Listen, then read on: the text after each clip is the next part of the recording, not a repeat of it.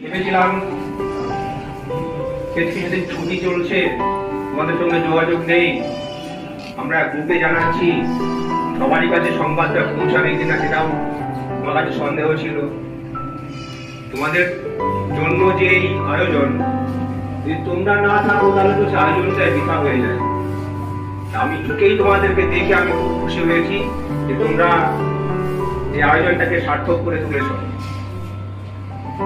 পরীক্ষা সংক্রান্ত বিষয় নিয়ে আমি আর একটি কথাও খরচ করবো না, কারণ মাস্টারমশাই দিদিমণিরা তোমাদেরকে যা যা পরামর্শ দেওয়ার সেই প্রথম দিন থেকে দিয়ে আসছে।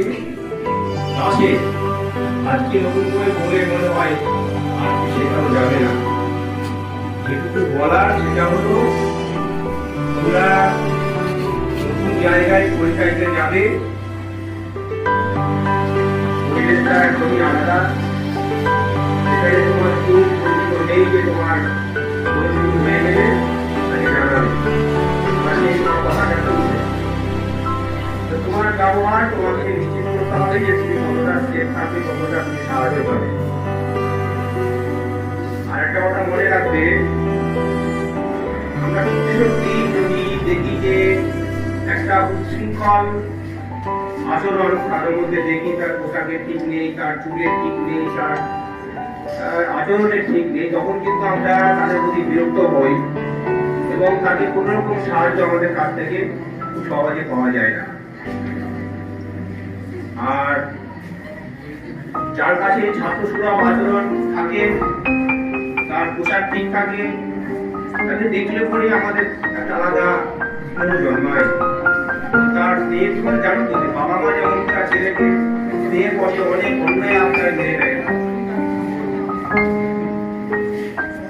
ভালো লাগছে না?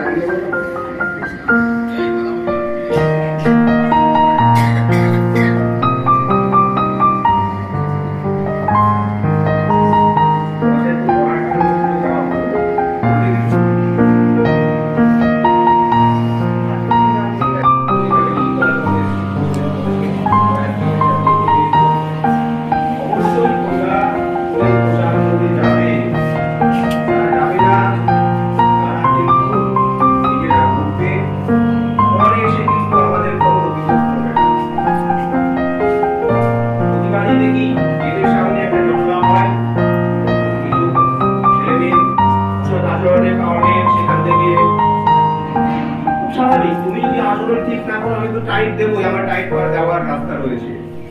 মাস্টারমশাই এমন ব্যবস্থা তৈরি করে দেবে যে তুমি খাল করতে পারবে না। তুমি কোনো ব্যবহার করো, তোমাকে যেতে বললাম, বাবা মা যেমন স্নেহের বসে তার ছেলে মেয়ের অন্যায় আবদার মেনে নেয়, তো সেক্ষেত্রে তুমি যদি ওই স্কুলে গিয়ে সেই আচরণটা দেখাও, তুমি একটু কথা বললেও স্যার কিন্তু হাসি মুখে সেটা মেনে নেবে। আর তুমি যদি আচরণ ঠিক না রাখো, আর ভালো করে তোমাকে কিন্তু মেনে নেবে না। তুমি ঠিক করো যে তুমি সেই স্কুলের সাহায্য সহযোগিতা চাও না তুমি তোমার জায়গায় থাকবে। নতুন করে বলে আজকে আমি শেখাতে পারবো না। আমি তোমাদেরকে এটুকু পরামর্শ দিতে পারি যে অবশ্যই বিদ্যালয়ে পোশাক পরে ছাত্রসুলভ আচরণ দেখাবে, তবে সহযোগিতা অবশ্যই পাবে। কারণ সেই স্কুলটা আমার বন্ধু স্কুল, সেই স্কুলে হেডমাস্টার আমার বন্ধু সুলভ, আমার সাথে তার রীতিমতো যোগাযোগ রয়েছে। আমি যতটুকু বলার ততটুকু আমি বলে রেখেছি।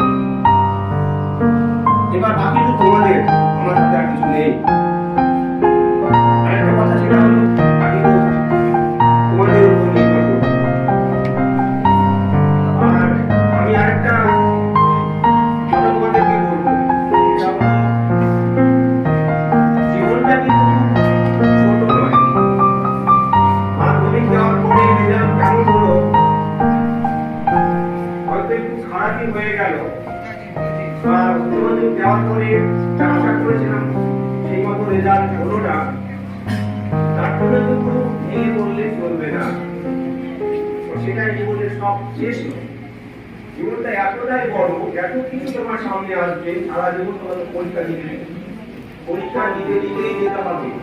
এখন যে পরীক্ষা দিচ্ছে প্রতিভা পরীক্ষা, পরবর্তী জীবনে দেবে প্র্যাকটিক্যাল বিভিন্ন পরীক্ষা।